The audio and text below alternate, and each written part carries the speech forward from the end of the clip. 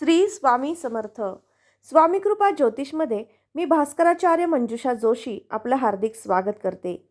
आज आपण राहुदेव आणि केतुदेव हे परिवर्तित होणार आहेत 30 ऑक्टोबरपासून मे 2025पर्यंत, म्हणजेच 18 महिन्यांसाठी. मग तुमची कर्क रास आहे, तर कर्क राशीला कोणती शुभ अशुभ फळे प्राप्त करून देणार आहेत. त्याबरोबरच थंबनेलमध्ये सांगितल्याप्रमाणे कर्जाचा बोजा जो आहे तो कमी होणार आहे का, ही माहिती आपण सविस्तर शास्त्रोक्त पद्धतीने ज्योतिषशास्त्राच्या आधारावर घेणार आहोत. सर्वप्रथम आपण सर्व श्रोतेवर्गांचं मी मनापासून आभार मानू इच्छिते, कारण आपण आपल्या या यूट्यूब चॅनलला सबस्क्राईब केलं आहे, बेल आयकॉनलाही क्लिक केलं आहे. त्याचबरोबर आपण नवनवीन माहिती घेऊ इच्छिता असे काही कमेंट्स पण मला आलेले आहेत, तर त्याबद्दल सर्वांचे मनापासून आभार. माहितीला सुरुवात करण्यापूर्वी सांगू इच्छिते, आजचा हा महत्त्वपूर्ण व्हिडिओ तुम्ही सुरुवातीपासून शेवटपर्यंत श्रवण करावा आणि आवडल्यास नक्कीच लाईक आणि शेअर करावा. आपण माहिती घेत आहोत राहुदेव आणि केतुदेव हे जेव्हा मीन राशीमधून आणि कन्या राशीमधून गोचर करतात तेव्हा काय काय लाभ प्राप्त करून देतात. राहुदेव तुमच्या भाग्यस्थानात आलेले आहेत. भाग्यस्थान म्हणजेच आध्यात्मिक प्रगतीचं स्थान, पर्यटनाचं स्थान, परदेशात जाण्याचं स्थान. आणि याच स्थानामध्ये जेव्हा राहुदेव येतात त्यावेळेस नोकरीनिमित्त, उद्योग व्यवसायानिमित्त बाहेर परदेशात, परराज्यात जाण्याचे योग आणतात. म्हणजे हे एक शुभ फळ तुम्हाला राहुदेव येथून पुढील 18 महिने देणार आहेत. याचबरोबर राहुदेव हे ज्या ठिकाणी दृष्टी टाकतात तेथील सुद्धा फायदा करून देतात, तेथील सुद्धा फळ प्राप्त करून देतात. आणि तेच फळ म्हणजेच राहुदेवांची पंचम दृष्टी तुमच्या राशीपत्रिकेतील लग्नस्थानावर येत आहे. तुमचा स्वभाव अतिशय भावनिक आहे, प्रेमळ आहे, मायाळू आहे, प्रामाणिक आहे आणि याच स्वभावामध्ये वृद्धी घडून आणणार आहे. म्हणजेच अतिसंवेदनशील स्वभाव तुमचा येथून पुढील 18 महिने होऊ शकतो. भावनिकतेच्या आहारी जाऊन एखादा चुकीचा निर्णय पण तुमच्याकडनं घेऊ शकता किंवा घेण्याचे योग येणार आहेत. त्यामुळे तेवढ्या बाबतीमध्ये तुम्हाला सावधगिरी बाळगावी लागणार आहे. त्वचेचे विकार, सर्दी, पडसे, कफ, खोकला होणं या काही तब्येतीच्या तक्रारीसुद्धा चढ उतार तुम्हाला येथून पुढील 18 महिने जाणवणार आहेत. तेवढी एक तब्येतीची काळजीसुद्धा तुम्हाला घ्यावी लागणार आहे. मीन राशीमध्ये राहू जेव्हा येतात त्यावेळेस पोटाचे मोठ्या स्वरूपातील विकार निर्माण करतात. अजीर्ण होणं, अपचन होणं, खाण्यापिण्याच्या सवयींमध्ये बदल होणं आणि त्यामुळे तब्येतीच्या तक्रारी निर्माण होणं असे काही अशुभ फळेसुद्धा प्राप्त करून देतात. त्यामुळे त्याही ठिकाणी तुम्हाला काळजी करण्याचे ग्रहमान येथून पुढील 18 महिने जाणवू शकेल.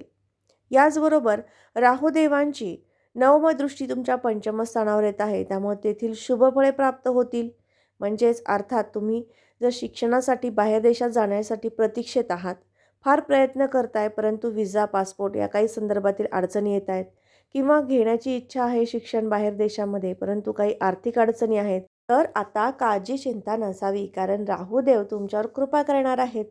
बाहेर परदेशात जाण्याची संधी निर्माण करून देणार आहेत.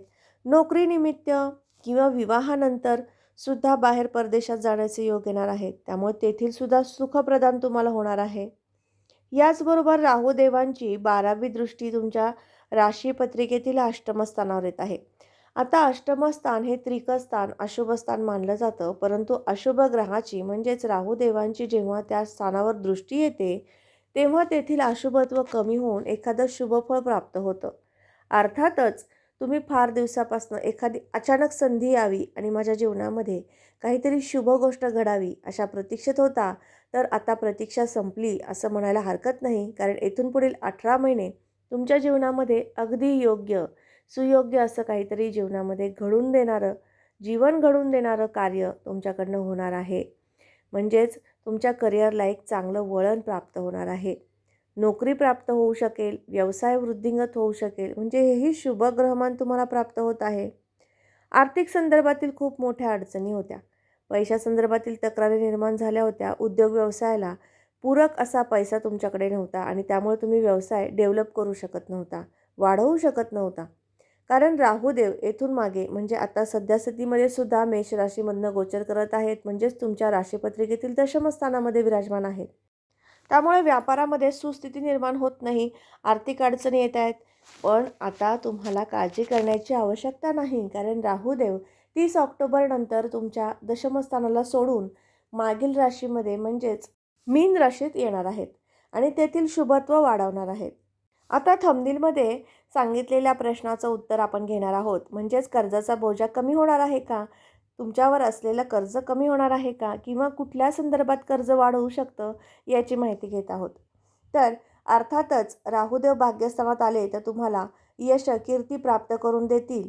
परंतु कर्जाचं प्रमाण थोडंसं वाढवणार आहेत. कारण राहुदेवांची दृष्टी तुमच्या पत्रिकेतील पंचम स्थानावर सुद्धा येत आहे. म्हणजे शिक्षणासाठी, संततीसाठी, त्याचबरोबर तुमच्या भावंडांसाठी सुद्धा पैसा खर्च करण्याचा योग येणार आहे. त्यांच्या नोकरीनिमित्त किंवा तुमच्या वैयक्तिक नोकरीनिमित्त, आरोग्यानिमित्त किंवा घरातील एखाद्या कुटुंबातील सदस्यांचा विवाह होणार आहे आणि त्यानिमित्त तुमच्याकडनं मोठ्या स्वरूपात खर्च करून घेण्याचं कार्यसुद्धा राहुदेव करणार आहेत. त्यामुळे नक्कीच काळजी घ्यायची आहे. येथून पुढील 18 महिने तुम्हाला मोठ्या स्वरूपातील खर्च होण्याचं किंवा कर्ज होण्याचा योग आहे, खर्च होण्याचा योग आहे. परंतु हा कर्ज किंवा खर्च झालेला आहे याच्यातून तुम्हाला आनंद प्राप्त होऊ शकतो. शुभ कार्यासाठी तुमचा पैसा खर्च होऊ शकतो मोठ्या स्वरूपामध्ये. आरोग्यासाठी किरकोळ स्वरूपात तुम्हाला येथून पुढील मे महिन्यापर्यंत खर्च होऊ शकतो. मे 2025 पर्यंत तुम्हाला जरी 18 महिने राहू देव तुमच्या राशीमध्ये, मीन राशीमध्ये भाग्यस्थानामध्ये आले असते तरीसुद्धा तुम्हाला फक्त पहिले 6 महिनेच तुम्हाला मोठ्या स्वरूपातील कर्ज निर्माण करून देतील. तेथून पुढे परिस्थिती आर्थिक जी आहे ती सुधारणार आहे. मोठ्या स्वरूपातील कर्ज जरी झालेलं असेल तरी पण ते फेडण्यासाठी तुमच्याकडे आर्थिक दृष्टिकोनातून तुम्हाला सबळ करून देण्याचं कार्यसुद्धा राहुदेव करतील. आता आपण केतुदेवांकडे वळूयात. कारण केतुदेवांचं तुमच्या राशीपत्रिकेतील तृतीय स्थानामध्ये गोचर सुरू होणार आहे. तृतीय स्थान हे कीर्ती, प्रसिद्धी प्राप्त करून देणारं स्थान मानलं जातं आणि ऑक्टोबर नंतर या स्थानामध्ये केतुदेव तब्बल 18 महिने राहणार आहेत. म्हणजे तुम्हाला वैयक्तिक जीवनामध्ये तुम्ही जर कला क्षेत्रामध्ये काम करत असाल तर तुम्हाला कामाच्या मोठमोठ्या संधी प्राप्त करून देणं, त्यामध्ये तुम्हाला नाविन्यपूर्ण कला अवगत करून देणं, त्यामध्ये प्रशिक्षण जर तुम्ही घ्यायचं असेल कला क्षेत्रामध्ये तर त्यामध्ये सुद्धा उत्तुंग भरारी प्राप्त करून देणारं ग्रहमान येथून पुढील 18 महिने प्राप्त होत आहे. तुम्ही जर नाटक क्षेत्रामध्ये कार्यरत असाल तर तुम्हाला जीवनामध्ये नवनवीन संधी उपलब्ध होतील. कला क्षेत्रामध्ये संधी प्राप्त झाल्यामुळे तुम्हाला एखादं मोठं प्रोजेक्ट हाती लागू शकतं. म्हणजे हाही शुभ फळ तुम्हाला देऊन जाणारं केतुदेवांचं तृतीय स्थानातलं भ्रमण म्हणता येईल. याचबरोबर केतुदेवांची पंचमदृष्टी सप्तम स्थानावर येत आहे. सप्तम स्थानावरती जेव्हा केतुदेवांची दृष्टी येते त्यावेळेस तेथील थोडंसं अशुभ फळ तुम्हाला प्राप्त करून देते. अर्थातच तुमच्या जोडीदारामध्ये मतवैचारिकता तुमच्या आणि त्यांच्यामध्ये होऊ शकेल, मतभिन्नता राहू शकेल. एखाद्या कार्यावरनं तुम्ही त्यांना खूप मनवण्याचा किंवा त्यांचा मूड सांभाळण्याचा प्रयत्न तुमच्याकडनं होणार आहे. म्हणजे हे एक अशुभ फळ प्राप्त करून देण्याचं कार्यसुद्धा केतुदेव सप्तम स्थानावर दृष्टी टाकल्यामुळे होणार आहे. परंतु भागीदारीचे व्यापार तुमचे सुनियोजित सुरू होतील किंवा त्या व्यापारामध्ये जर तुम्ही आधीपासूनच असाल तर तो व्यापारसुद्धा सुस्थितीमध्ये येण्याचं शुभ कार्य घडून आणतील. म्हणजे एक शुभ फळ पण प्राप्त करून देतील. याचबरोबर केतुदेवांची नवमदृष्टी तुमच्या आयस्थानावरती, लाभस्थानावरती येत आहे. लाभयोग अतिशय उत्तम कसा होणार आहे यासाठी तुमच्याकडनं जास्तीत जास्त प्रयत्न होऊन देतील. म्हणजेच केतुदेव तुम्हाला केलेल्या कार्यामध्ये यश संपादन करून देण्याचं कार्यसुद्धा करतील. राहुदेव आणि केतुदेव हे पापग्रह जरी असले तरीसुद्धा काही विशिष्ट स्थानामध्ये ते शुभ फळे प्राप्त करून देतात. 3-11 ही पराक्रम स्थाने मानली जातात. 3-11 आणि 9-5 त्रिकोण स्थानं मानली जातात. अर्थातच एक ग्रह त्रिकोण स्थानात आणि एक ग्रह पराक्रम स्थानात जेव्हा येतो आणि तो पापग्रह असतो तर त्यावेळेस तो दोन्हीही स्थानाचं शुभत्व तुम्हाला प्राप्त करून देतो. अर्थात काळजीचं कारण नाही. जरी तुम्हाला कर्ज होणार आहे तरीसुद्धा त्या कर्जातनं तुम्ही लवकरात लवकर बाहेरसुद्धा पडणार आहात. म्हणजे येथून पुढील 18 महिने तुम्हाला कोणत्या ना कोणत्या गोष्टीसाठी खरेदी करण्यासाठी किंवा वैयक्तिक जीवनामध्ये कर्ज होण्याचा योग आहे. परंतु तो कर्ज सुनियोजित एखादं चांगलं प्रोजेक्ट उभारण्यासाठी होणार आहे. असेही मी तुम्हाला या माध्यमातून सांगू इच्छिते. राहुदेव आणि केतुदेवांची कायम उपासना करावी लागणार आहे आणि ती उपासना येथून पुढे 18 महिने चालू ठेवायला लागणार आहे.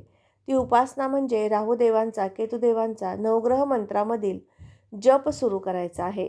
तुम्हाला वेळेअभावी हा जप करता आला नाही तर रीम राहवे नमः, रीम केतवे नमः हा जप 108 वेळा रोज केला तरीसुद्धा चालू शकेल. तर आज आपण राहुदेव आणि केतुदेव परिवर्तित झाल्यानंतर कोणती शुभफळे प्राप्त करून देतील याची माहिती घेतली. तर आजचा हा महत्त्वपूर्ण व्हिडिओ तुम्हाला कसा वाटला नक्की सांगा. आवडला असेल तर लाईक आणि शेअर करायला विसरू नका. नवीन असाल तर सबस्क्राईब करायला विसरू नका. पुन्हा भेटणार आहोत अशाच माहितीसोबत. तोपर्यंत श्री स्वामी समर्थ. जय जय स्वामी समर्थ. रामकृष्ण हरी.